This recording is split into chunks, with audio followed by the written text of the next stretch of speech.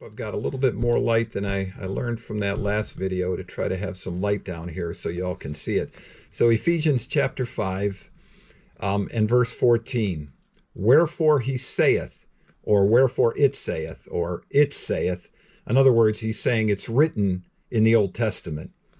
Awake thou that sleepest, and arise from the dead, and Christ shall give thee light.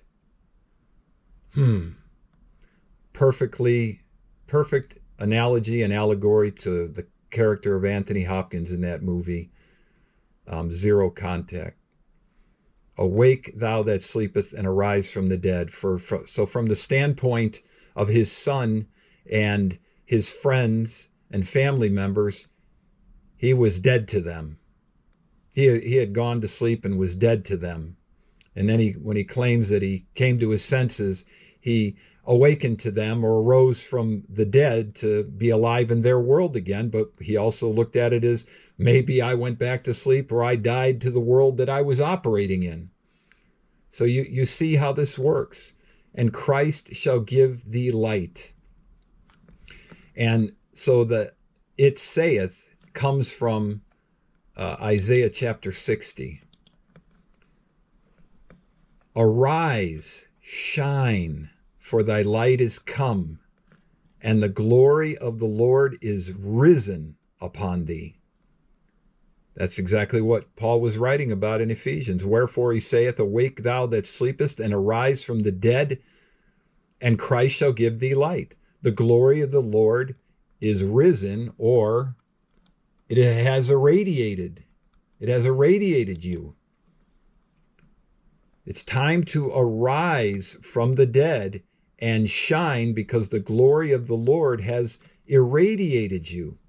For behold, the darkness shall cover the earth, and gross darkness the people. Gross darkness literally means gloom.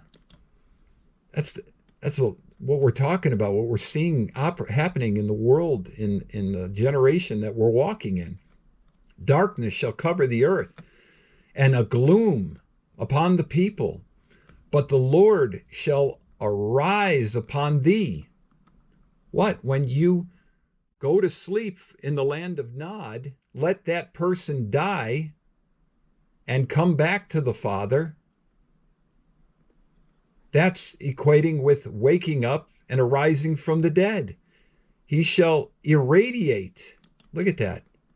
For behold, the darkness shall cover the earth, and gloom the people, but the Lord shall irradiate thee, and his glory shall be seen upon thee. And the Gentiles, or the nations, shall come to that light. They'll be drawn to you. And kings, leaders of countries, shall see the brightness,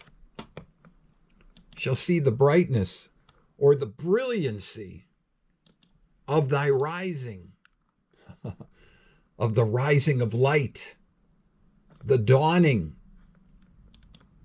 Now do you understand why Jesus said, to him that overcometh will I give the morning star, or the dawning star? He'll make you a rising star, an sun, shining rays of light.